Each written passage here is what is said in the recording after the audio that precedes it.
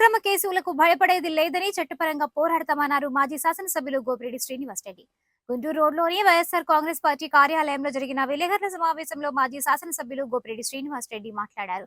Telugu Desam party central office ఆదేశాల మేరకు నాపై అక్రమ కేసులు బనాయించారు.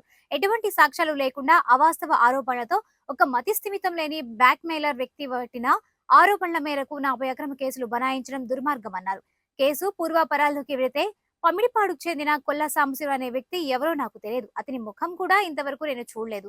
నేను సేకరించిన వివరాల మేరకు ఈ కొల్ల సాంబశివరావు అనే వ్యక్తి 2019లో మట్టి తవ్వి తీసిన గుంటలతో కూడిన 6 ఎకరాల 10 సెంట్ల భూమిని అరవపల్లి కాకాని మధ్యలో కామరాజ్ అనిల్ కుమార్ అనే వ్యక్తి వద్ద మార్కెట్ రేటు కంటే తక్కువ ధరకు కొనుగోలు చేయడం జరిగింది. ఇందుకు సంబంధించి 5 లక్షల రూపాయలు కట్టి అగ్రిమెంట్ చేయించుకున్నాడు. ఏమిటి వివరాల్లోకి వెళ్తే వివరాలన్నీ కూడా పరిశీలించిన తర్వాత మీ ద్వారా వాస్తవాలు తెలియజేయాలని చెప్పే ఒక ఉద్దేశంతో ఈరోజు ఈ యొక్క మీడియా సమావేశం ఏర్పాటు చేయడం జరిగింది. ముఖ్యంగా గతంలో కూడా దీని గురించి చాలా మంది వీడియోలు ఆడియోలు రిలీజ్ అయినాయి. ఈ సమస్య మీద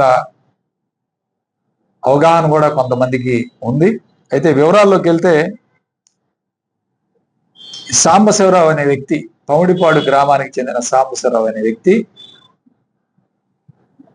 మా మీద కంప్లైంట్ ఇచ్చి, ఆయన తిరగని చోటంటూ లేదు, గతంలో కూడా అన్ని చోట్లకు తిరిగాడు. గతంలో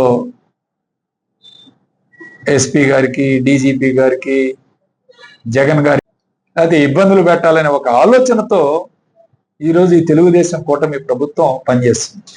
దీనికి పోలీసులు వంతపాడుతున్నారు. ఏమన్నా సాక్ష్యం ఉందండి? మమ్మల్ని ఏమైనా కలిసినట్టు కానీ, నేనేమన్నా అతనితో మాట్లాడినట్టు కానీ ఎవరైనా పోయి ఆరోపించారా? ఎవరైనా సాక్ష్యం ఏమైనా ఉందా? ఒక వీడియో కానీ, ఆడియో కానీ, ఏదైనా ఫోన్ రికార్డింగ్ కానీ ఏమైనా ఉందా? ఉంటే పెట్టండి, మీడియా ముందు పెట్టండి. లేదా మమ్మల్ని విచారణ పిలిపించి అడగండి. మన విచారణ పిలిపించారు వీళ్ళందరినీ. అరే, నీకు డబ్బులు ఎవడో ఇవ్వకపోతే నువ్వు బజార్ను బడి తిరుగుతుంటే మదర్ సైదా అనేవాళ్ళు ఒక మధ్యవర్తిగా నేను తీసుకెళ్లి నీకు డబ్బులు ఇస్తే అతని మీద కేసు పెట్టారు. అతనేం తప్పు చేశాడండి?